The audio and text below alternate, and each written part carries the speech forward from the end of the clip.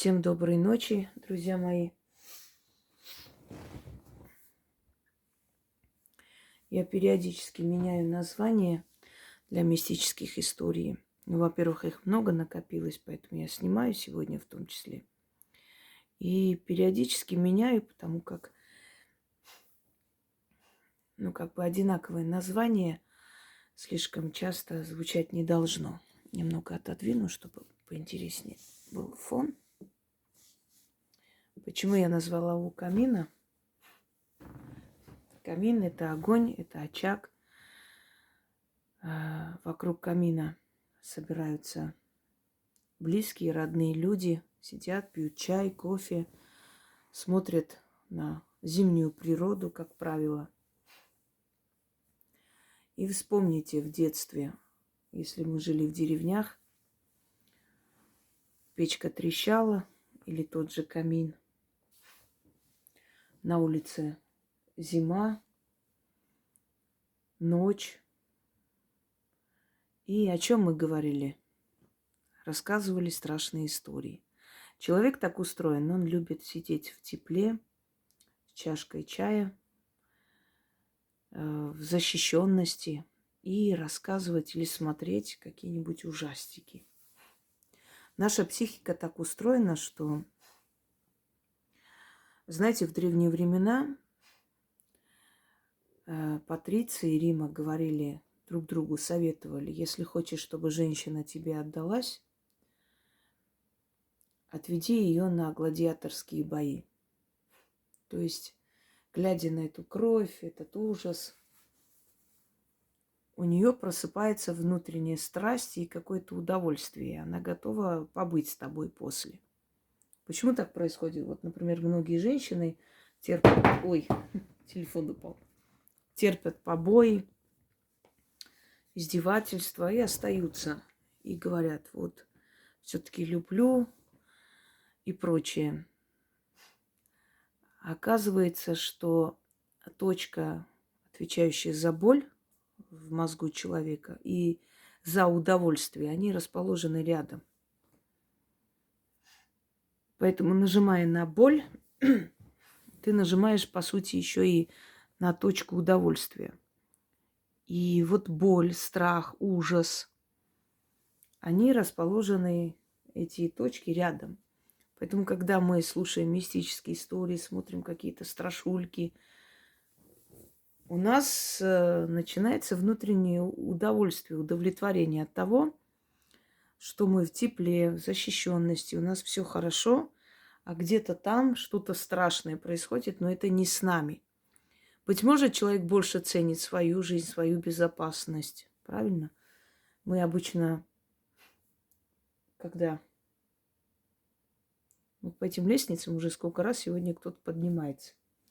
Мы обычно, когда сравниваем с жизнью других, с тяжелой жизнью, тяжелой судьбой, мы ценим свою жизнь и судьбу больше, потому что мы понимаем, что у нас этого нет. Что у нас, в принципе, все хорошо. Меня раздражают уже эти шаги по дому. Я на днях кое-кого снимала с человека, если можно так сказать. Я подозреваю, что он где-то здесь. Ну ладно, я его потом выгоню сейчас. Не страшно. И сейчас мы будем у камина, сидя, говорить о мистике. Я буду читать мистические истории наших зрителей, объяснять, почему, к чему это пришло в их жизнь. И, быть может, у кого-то есть похожая ситуация или не похожая, можете поделиться. Но пишем Яне в будние дни до 10 вечера. Еще раз напоминаю. Поехали. Здравствуйте, уважаемые Яна и Инга. Если можно, может быть, Инга сможет прояснить, что это значило. Так.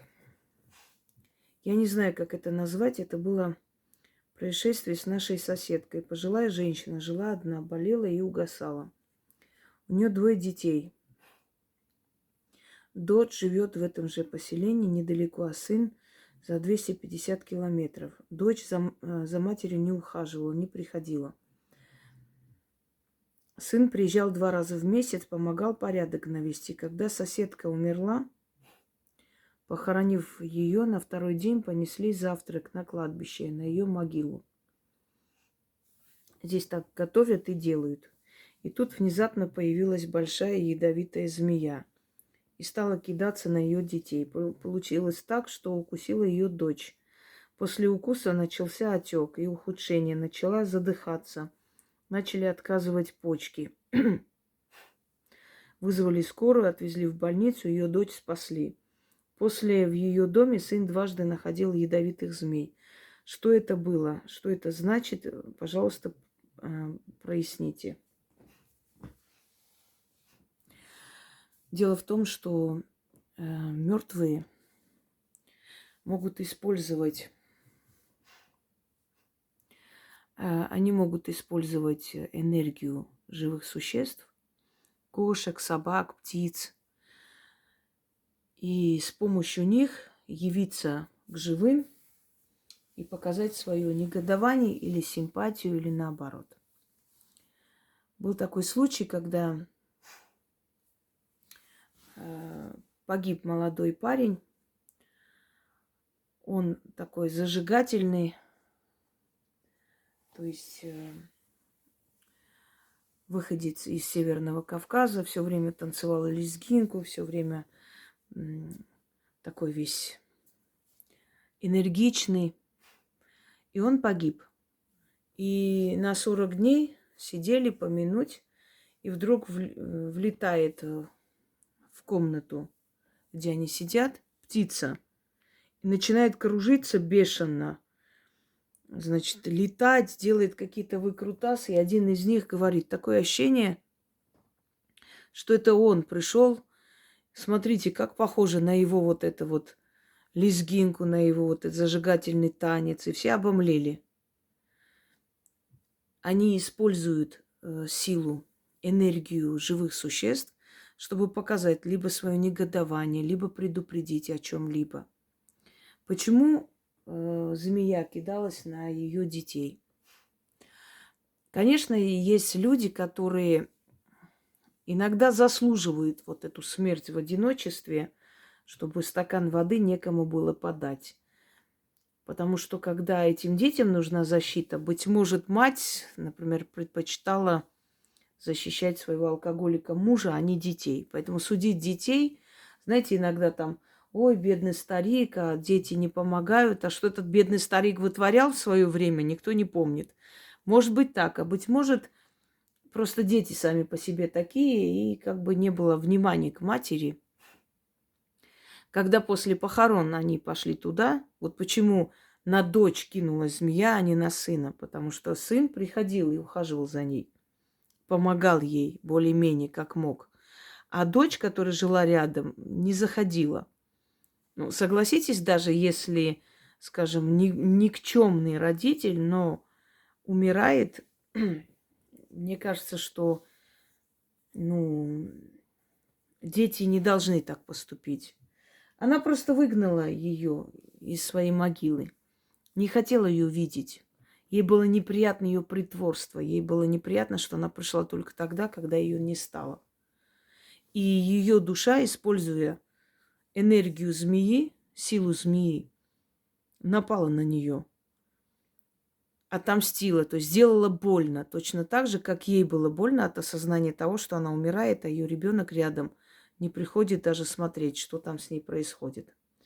Душа, мертвая сила, может использовать любое животное, либо энергию птиц, зверей для того, чтобы прийти и показать свою волю. Я вам говорила о том, что часто бывает, что, например, люди, которые поздно возвращались, особенно в 90-е, в то время бандитизма и прочее, сейчас уже такого нет, сейчас довозят эти автобусы сменные, все есть. Редко сейчас приходится человеку. В конце концов, он может такси вызвать. Это доступно и как бы и безопасно. Но в то время этого не было, и Люди возвращались поздно из смены.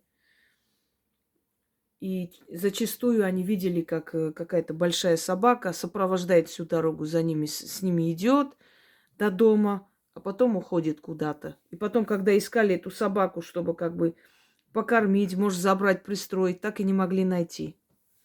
Точно так же чья-то душа, кто-то из родственников, просто используя энергию собаки, сопровождала этого человека, охраняла его всю дорогу.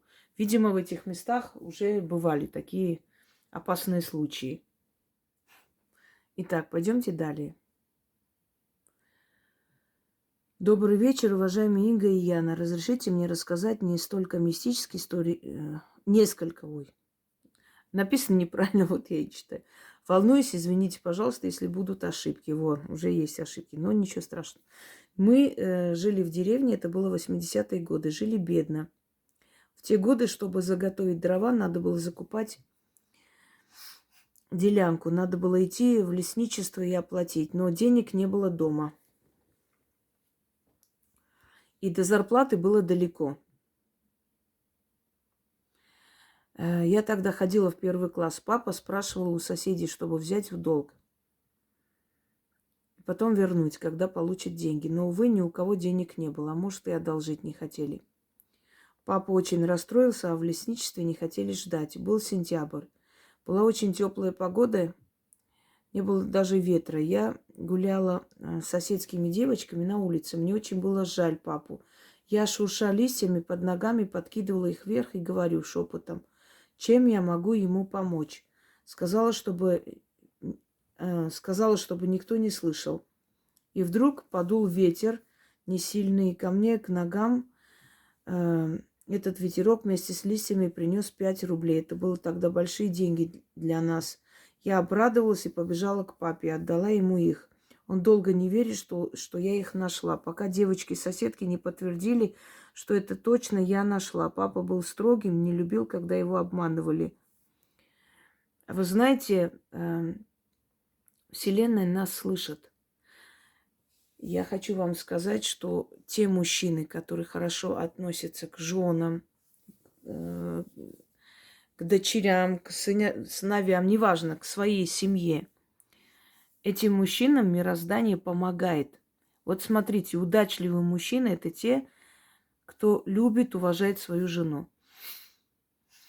Как правило, очень уважительно к ней относится, очень уважительно о ней говорит, очень трепетно к ней относится. И, как правило, такие мужчины, они очень удачливые. Я помню в детстве такой, в юности такой случай, когда приехали к нам в гости, и муж с женой, молодые, наверное, моего сейчас возраста, и жена очень сильно заикалась.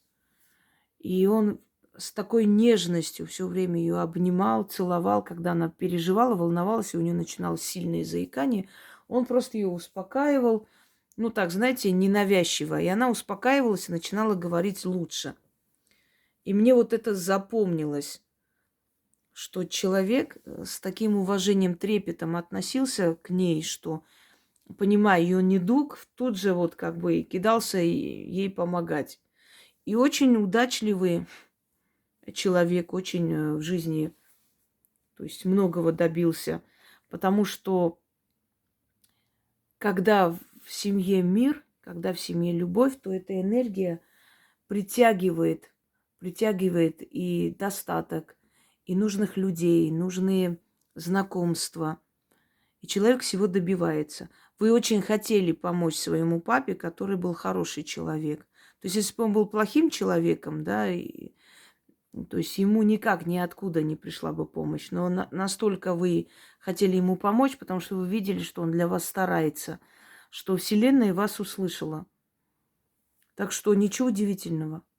Эти деньги просто могли найти другие люди. Они уже были там. Естественно, они сами по себе не нарисовались и не создались тут же. И никто с воздуха их не кинул. Они уже были там. И вас просто привели туда, к этим деньгам. Вы настолько хотели помочь отцу, что вот вас привели к этим деньгам и практически дали вам в руки. И могу вам еще посоветовать, что когда вам в жизни для вас ничего не дается, попросите ради своих детей. Вот вы видите, что ни в какую ничего не получается, не дают вам силы. Вы попросите ради своих детей. Помогите мне ради моих детей. Для моих детей я хочу это сделать. Дайте моим детям эти деньги. И вы увидите, как быстро вам это дадут. Ради другого попросить, то есть имеется в виду ради родных стараться, если старается человек, ему быстрее дают, чем даже ради себя. И в жизни так. Мы кого-то можем устроить на работу, за кого-то можем пойти поговорить, кого-то можем защитить. Когда дело касается нас, нам неудобно. Согласны? Вот почему. Начнем. Здравствуйте, здравствуйте еще раз, уважаемые Яна и Инга. Хочу поделиться мистическими историями, происходящими в доме. На протяжении 25 лет, как мы в нем живем, постоянно происходят странные вещи. Часто слышу шаги на крыше, чердаке, тяжелые, как мужские. Они доходят до входной двери, останавливаются. Либо как прыгнет кто-то над потолком. В основном это в ночное время. Никто, конечно, не может ночью ходить по чердаку. Еще было пару раз то, что объяснить не можем. Дочь с внуком легли в комнате, где давно умерла моя мама. И вдруг будто кто-то поднял диван. Вместе с ними опять опустился с грохотом. Внук был маленький, сразу проснулся и заплакал. Прошло время, я решила там лечь. И меня подняли с диваном и опустили. Что это было, мы так и не поняли. Еще были раньше случаи, я сплю и просыпаюсь от того, что кто-то лежит на моих ногах. Домашних животных нет. Как-то я проснулась посреди ночи и вижу, рядом лежит мужской силуэт. Я соскочила, спала с телевизором, потом был раз как-то пробежал по постели. И в заключение хочу рассказать происшедшем после ритуала. Продаю дом, 3-й год, решила сделать ритуал совет с того света, безмолвная магия. И мысленно задаю вопрос: папа, что или кто мешает мне продать дом? И снится сон не мне, а дочке. Как она рассказала, это был сон-явь. Будто она спала и в то же время, как видела все со стороны. Словно мы все лежим в комнате, а на кухне шаги, грохот, и тут шаги идут к нам. И дочь видит, как она лежит. Я сижу у нее в ногах, и за моим плечом сидит Яхве, один в один, как был у нас, у вас в заставке ролика, и ухмыляется. И во сне дочь понимает, что это он или некая сущность мешает нам в продаже. Это, скорее всего, так и есть, потому что все бегут из дома, и не только покупатели, но и риэлтор исчезал. Конечно, делала чистки дома, изгнать дух захмат, продажу и так далее. Я вам объясню, у вас не закопана икона где-нибудь под входом или, может быть, внутри стены, икона, христианская атрибутика, крест, что-то в этом роде. Потому что если ей привиделся Яхве, это значит намек на то, что христианская атрибутика, она там закопана, что-то такое заговоренное, и оно не дает, просто не отпускает, не дает продать дом. Что касается того, что шаги вы слышите, кто-то прыгает, бегает, это домовой. Это ваш дух дома, но он к вам плохо относится, он вас не любит. Вам нужно задобрить этого домового для начала, подружиться с ним, а после уже попытаться продать дом. Подружитесь с домовым, принесите ему подношение, сделайте ему, пусть на чердаке какую-нибудь, отнесите там какую-нибудь коробочку, не знаю, плетенку, положите туда сладости, налейте молока. Сначала подружитесь с домовым. Потому что если домовой к вам хорошо относится, он может исполнить вашу просьбу.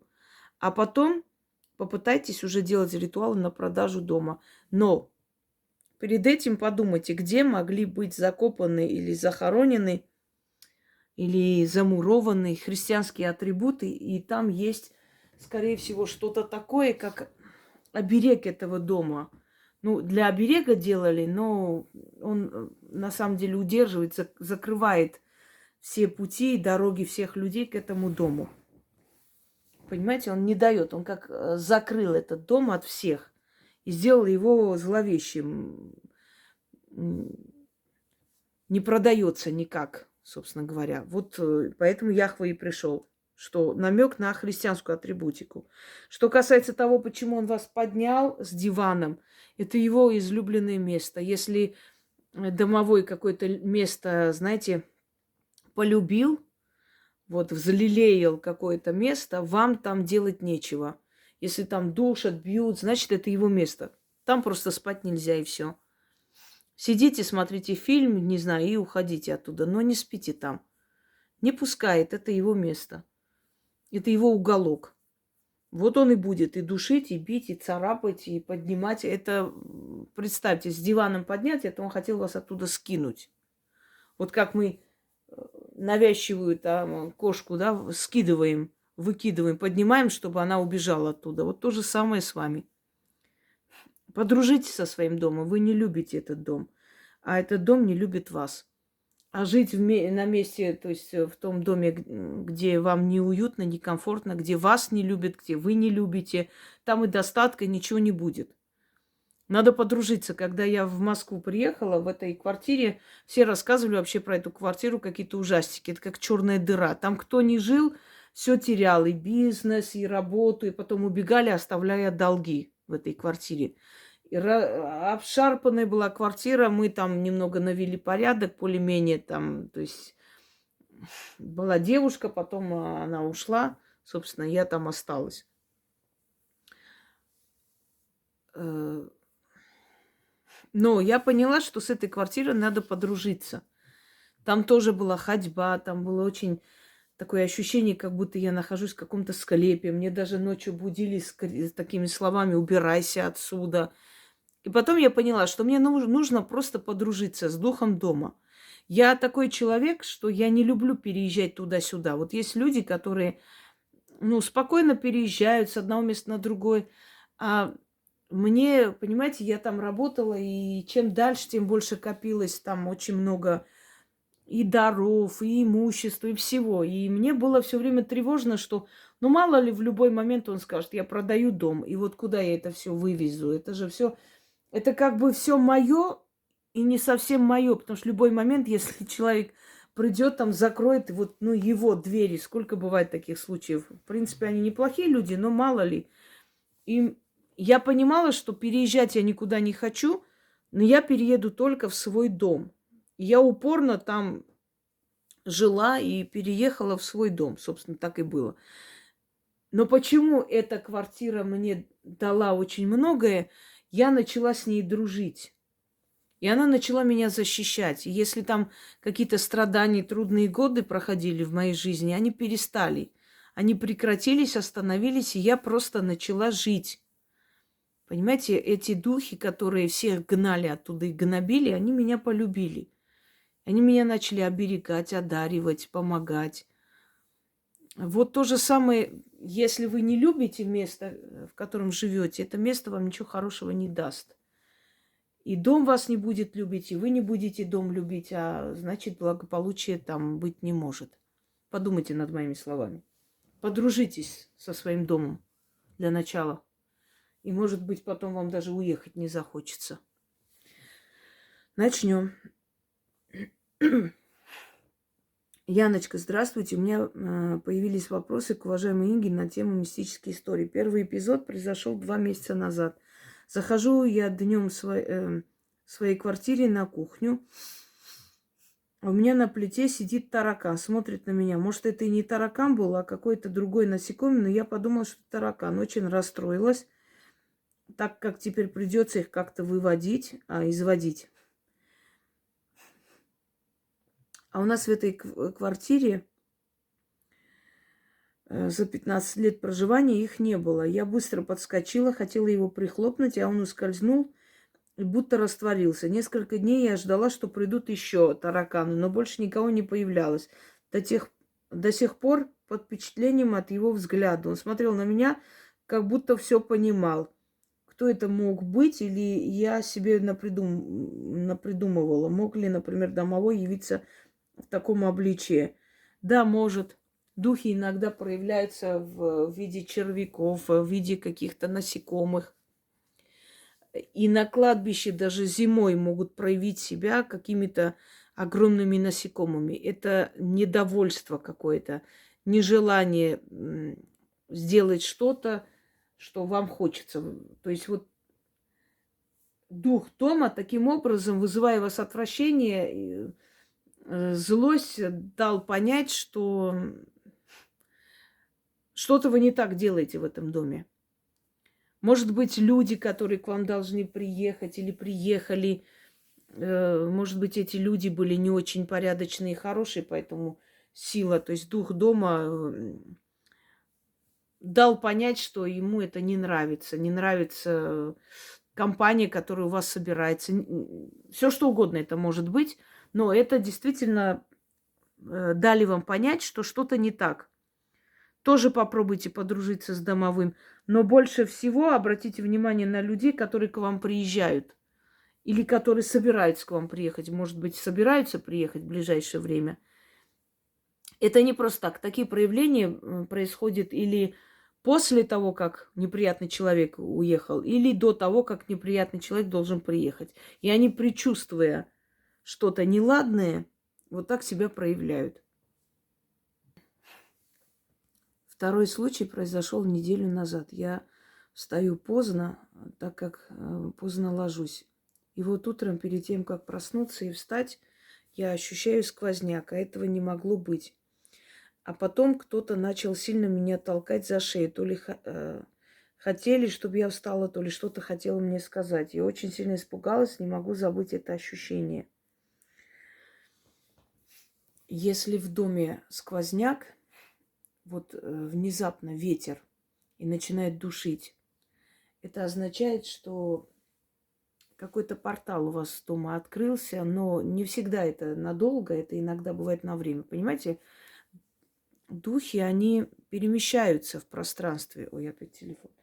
Они перемещаются в пространстве и проходят сквозь наше пространство, сквозь наши стены и то место, где мы живем. И в этот момент мы можем увидеть их иногда. Тени проходят. Вот сидишь там на кухне, чай пьешь, а потом тень прошла какая-то. Даже человек может пройти просто мимо нас, вот так прошел и исчез, растворился, в стену прошел. Это возможно. У нас бывают и такие сильные дни, бывают необычные дни, бывают какие-то древние праздники, когда открывались врата, и духи могли более быть активны вокруг нас и прочее. Во время войн так бывает, когда очень много погибших, не нашедших покой душ, они начинают вокруг нас ходить, и, собственно говоря, мы ощущаем их присутствие. Но если сквозняк и начинает душить, это некая непокойная, неупокоенная, да, не нашедшая свое пристанище душа, которая проходит сквозь наши стены. Каким-то образом она там оказалась, как угодно. Это может и с человеком прийти. Вот у вас был гость, а вот за ним ходит эта неупокоенная душа. Она у вас осталась. А может, осталась на время, потом снова пойдет за ним. А может, навсегда осталась. Есть иногда вот гости приходят и начинают говорить, что ой, так плохо я спала у вас дома, что-то мне нехорошо, всю ночь неуютно. Это он просто первый раз ощутил ту самую душу, которая привязалась к нему и ходит за ним по пятам. А потом эта душа может остаться в вашем доме. Или какой-то портал открывается, или вы какую-то ошибку допустили и дали возможность этим неупокоенным душам собраться в вашем доме хоть на время даже. Начинает душить, толкать, щипать, да, начинается сонный паралич. Но, как правило, если это сквозняк именно, вот если ночью внезапно просыпаетесь, когда воздуха не хватает, кто-то душит вас, и вы не можете рот открыть, говорить, парализует. Это одно. А когда именно сквозняк, ветерок, это, как правило, мертвец, мертвая душа, которая нападает. Нападает для того, чтобы забрать как можно больше энергии страха у вас и забирает. Потому что это ужас, страх, вы не можете ничего сделать, вы не можете даже глаза открыть иногда. Вот вы понимаете, что вас мучают, но вы не можете открыть глаза. Надо вам чистку дома провести в таком случае. Он может один раз так сделать, а может периодически повторить, может и агрессивность проявить. Понимаете? Далее. Так. О разговорах на посиделках с котом-бегемотом. Здравствуйте, уважаемая Яна. Здравствуйте, уважаемая Инга. Как-то в детстве с подружками заигралась в прятки. До темноты на улице игра проходила у подъезда многоэтажного дома. Нужно было спрятаться и потом бегом опередить ведущего и коснуться двери подъезда. Произошло как-то так. Ведущая девочка и несколько игроков бежали к подъезду. И в этот момент к соседнему подъезду подошел мужчина в черном плаще и шляпе и зашел. Мы в этот момент остановились как вкопанные, причем в таких позах на бегу, в которых устоять невозможно. Должны были упасть. Так и стояли. Пока этот человек не вышел из него, мне было 10. Но событие это вырезалось в память. Объяснений до сих пор не нахожу. Объясните, пожалуйста, что это такое было. Спасибо вам за лекции и так далее. Объясняем. Вот смотрите, когда вы попадаете в параллельное измерение, там время протекает совершенно по-другому. И вы смотрите вокруг себя, и ощущение, как замедленная съемка, понимаете, кинопленка. Вот так замедленно, все замедленно. У нас хотя бы раз в жизни такое было. Когда ощущение, что ты сидишь за рулем, а едешь едешь обратно, то есть наоборот, назад. И у тебя просто холодеет кровь от страха, что ты сейчас кого-то заденешь или задавишь или что-нибудь еще. Но на самом деле ты стоишь на месте, а там светофор. Но тебе кажется, что тебя ведут назад. Ты назад откачиваешься, уходишь. Это первый момент. Бывает иногда, что человек вышел на улицу, ему показалось, что местность совершенно незнакома. Вот он вышел со двора своего, как обычно, смотрит, а там какие-то другие дома. Это доли секунды, но ощущение, как будто целый час смотрел на все эти преломления временные, хрономиражи их называют. То есть наше пространство запоминает, что у нас было вокруг, до того, как мы там жили, и эту картину сохраняет в памяти, а потом в какой-то момент мы это видим. Далее вы ходите с остановки, смотрите вокруг, и такое чувство, как будто люди медленно передвигаются, все вот замедленная съемка, как в аквариуме, ничего не понятно, все какие-то шумы, пару секунд, а потом вы очнулись, поняли, что все хорошо и нормально. И когда это происходит? Когда человек перемещается вот в это ощущение между жизнью и смертью, между навью и явью, вот это пограничное состояние, когда он перевозбужден, когда он в горе или в радости, когда он играет. Ведь вы же играли, бегали, прыгали, чтобы успеть, кто там добежит. Это же как бы игра на перегонки, и кто не успеет, тот проиграл. Это вот время, когда вы в перевозбужденном состоянии таком, и в это время вы можете видеть потусторонний мир. Не всегда, конечно, но зачастую так бывает. Ну, например, человек узнал о смерти близкого, вышел на улицу и, не помня себя, идет по улице, вот просто вот не понимая, куда он идет, что, и вдруг он попадает в какое-то непонятное место. Старые дома, значит, эти фаэтоны разъезжает, он не может понять, что происходит. Ему кажется, что он попал в какое-то место, где снимают фильм, площадку, да, киноплощадку. А потом это исчезает. Тут же машины появляются, люди в современных одеждах. Вы игрались, у вас было перевозбужденное состояние, и в этот момент, когда вот всплеск эмоций и все такое, вы четко увидели духа, который прошелся, и вот этот шлейф энергии, вот этот вот фон энергетический, который за ним шел, он вас просто как волной задело. И время пошло по-другому. Вы поэтому и застряли в этих позах, потому что время вы переместились в другое измерение, находясь в этом мире. Он просто как бы заморозил это время, понимаете, парализовал этот момент. Вот как остановить мгновение, ты прекрасна. Это не просто так сказано. Это мгновение остановилось. Время протекает по-другому рядом с духами. Совершенно по-другому. Именно поэтому люди, например, которые вот шагнули внезапно на трассу, вот проходя, да, шагнули и смотрят. У меня было такое, я смотрю смерти в глаза просто.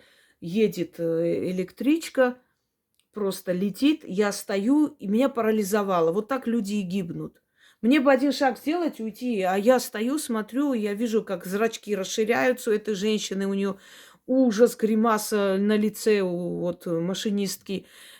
А я не могу никуда двигаться, я как будто меня парализовало, прям вкопанная стою, и я чувствую, как просто вот рука мужская такая мощная, сильная рука вот так схватила меня за шиворот и оттащила просто. И вот сантиметр этот проехал трамвай, задел куртку, прям черная была, ну просто куртку и все. Он меня спас, беременная.